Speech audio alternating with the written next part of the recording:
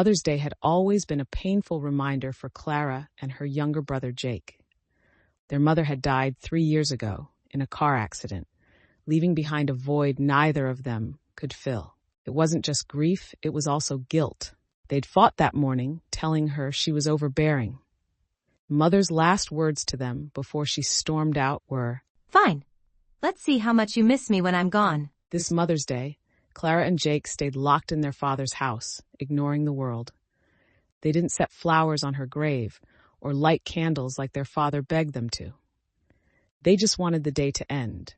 But as the sun dipped below the horizon, something changed. Clara was in the kitchen when she noticed the faint scent of Mother's favorite lavender perfume. It was subtle at first, but then it grew stronger, filling the air until it became suffocating. "Jake, do you smell that?" No. But do you hear that? Jake said from the living room, though his voice trembled. Clara moved closer, her heart pounding. The sound was faint, a soft rhythmic tapping like knuckles rapping against glass. It came from the back door. Jake whispered, his face pale. "Who's there?" The tapping stopped. Then, a woman's voice, warm and familiar, called softly through the door. "Let me in, sweethearts." Clara froze, her blood turning cold. She whispered, "That's impossible." "Dad, that's not funny." Jake stammered, though they both knew it wasn't their father. The voice responded, more insistent now. "It's Mommy. I just want to see you. I miss you so much." Clara shook her head, backing away. Jake, tears streaming down his face, called out, "Whoever this is, you better stop." The voice sounded hurt. "Jake, I know you still sleep with that bear I gave you when you were little, and to Clara, I know you blame yourself for what happened, but it wasn't your fault, my love. Mommy forgives you." The words hit like a punch to the chest. Clara's knees buckled, and Jake took a shaky step toward the door. Clara grabbed him, but the handle began to rattle violently, as if someone were desperately trying to get inside.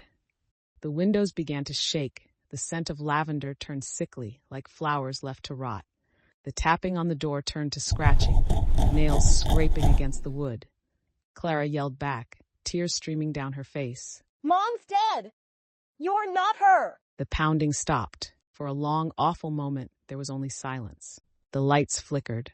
The door burst open with a deafening crack. The figure standing there wasn't their mother. Not anymore. It was her decayed corpse, dressed in the clothes she'd been buried in, her once loving face twisted into a mask of rage. Jake whimpered, backing away. "Come here, sweetheart," she said, her rotting lips curling into a mockery of a smile. "A mother's love never dies." The last thing the neighbors heard before the house went silent were their screams. When their father returned that night, the house was empty, the door hanging off its hinges, and the faint scent of lavender lingering in the air. Neither Clara nor Jake was ever seen again. But every Mother's Day, their father swears he hears faint tapping on the doors and a soft voice whispering, "Let me in."